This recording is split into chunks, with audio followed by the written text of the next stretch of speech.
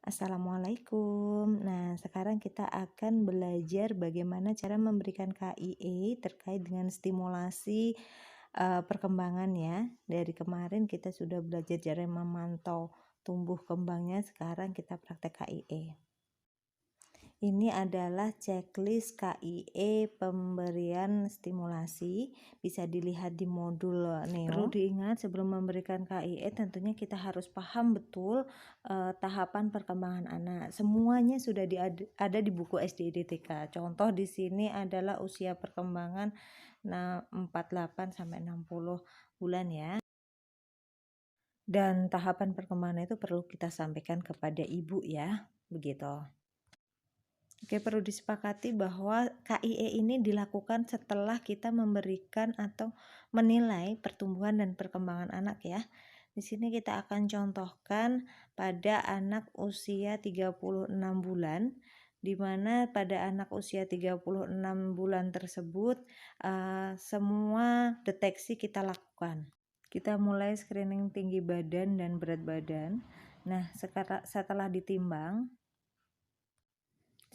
dan diukur panjang badannya atau tinggi badannya, kita harus selalu menginterpretasikan hasilnya ya. Misalnya di sini anak perempuan dengan tinggi badan 87 cm dengan berat badan 10 kg, di situ diinterpretasinya dikategorikan normal ya. Jangan lupa dicatat hasilnya. Kemudian kita coba untuk screening KPSP-nya di anak usia 36 bulan. Kita beri contoh semua perkembangan anak baik gerak motorik kasar dan halus itu lulus kecuali perkembangan bahasa ya. Kita anggap seperti itu contohnya. Nah, dia belum bisa ngomong dengan jelas begitu. Hasil identifikasi tes daya dengar anak normal ya, jadi tidak ada masalah pada telinganya. Kemudian untuk screening masalah mental emosionalnya, anak juga tidak ada masalah pada mental emosionalnya, semua terjawab tidak ya.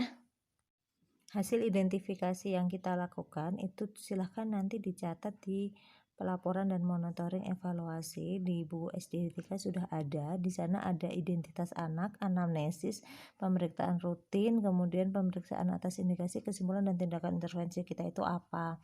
Nah, silakan nanti diisi di situ untuk identitasnya begitu ya. Kemudian setelah sudah diisi identitasnya, kemudian anamnesisnya, hasil anamnesisnya gimana, misalnya tadi anaknya pada masalah pengkajian perkembangan anak memang tidak ada masalah pada hasil perkembangan, tidak ada masalah pada status gizinya karena status gizi tadi baik ya.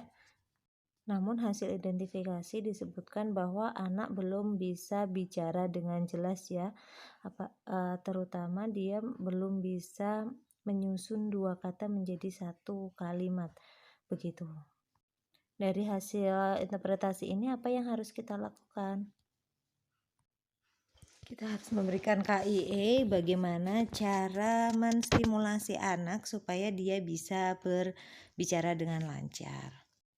Dan bagaimana caranya Bu? Nah, silahkan nanti dibuka di buku SDIDTK-nya, di sana banyak sekali caranya. Nah, pada permasalahan ini anak kan tadi susah ya untuk bicara, lah kita langsung berikan stimulasi saja, disampaikan pada ibunya bahwa keterampilan bicara itu bisa diasah ketika ibu aktif mengajak bicara anak. Salah satunya adalah bagaimana? Ya, salah satunya membacakan buku cerita, kemudian berbicara dengan anak dan mengajukan pertanyaan, sering-sering mengajukan pertanyaan kepada anak, bercerita mengenai dirinya, kemudian membuka-buka album foto untuk dijadikan suatu bahan cerita dan sebagainya. Contoh hal yang paling sederhana ketika sehari-hari ibu senantiasa bertanya, adik hari ini ngapain aja, misalnya seperti itu. Kemudian tadi kenapa kok bisa seperti ini? Asik nggak tadi bermain bersama kakak? Coba dong ceritain sama ibu begitu. Misalnya contohnya seperti itu aja. Yang penting anak diajak berbicara secara aktif. Bagi anak yang mengalami keterlambatan bicara, sangat dianjurkan untuk membacakan buku cerita, karena dengan buku cerita ini anak bisa menambah kosakata. Selain itu, anak bisa membayangkan apa yang ada di isi cerita tersebut begitu.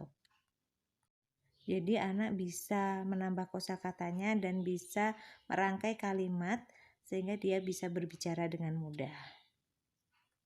Selain memberikan stimulasi terkait apa yang belum bisa dilakukan, kita harus memberikan stimulasi lanjutan untuk perkembangan selanjutnya ya, baik motorik kasar, motorik halus, personal sosial, dan bahasa. Semua stimulasi perkembangan sudah ada di buku SD di TK ya. Berikut contoh penulisan formulir pencatatannya ya. Contoh ini berbeda dengan kasus yang tadi. Bagaimana? Sudah paham? Sekarang silahkan diskusikan dan praktekkan ya. Banyak salah, mohon maaf. Assalamualaikum warahmatullahi wabarakatuh.